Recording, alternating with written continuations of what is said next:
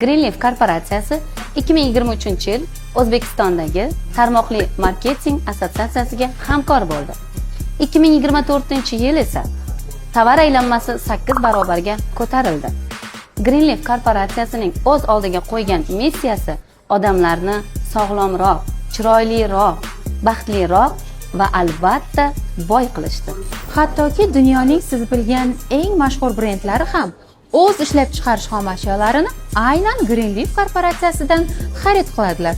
Bu brendlar Garnier, Mary Kay, Dove, Nivea, Sephora, Headliner, Estee Lauder, Estelle va boshqalar. Lekin bir narsani aytib o'tishimiz joizki, bu brendlar ikkinchi va uchinchi toifadagi xom ashyoni xarid qilishadi. Birinchi eng yuqori toifadagi xom ashyo esa Greenleaf korporatsiyasining o'z brendlari Cialux, Cardly, Caret va boshqalariga taqdim etiladi. Hurmatli vatandoshlar, Greenleaf nafaqat Xitoyda, balki butun MDH iqtisodiyotida katta ta'sirga ega korporatsiyadir.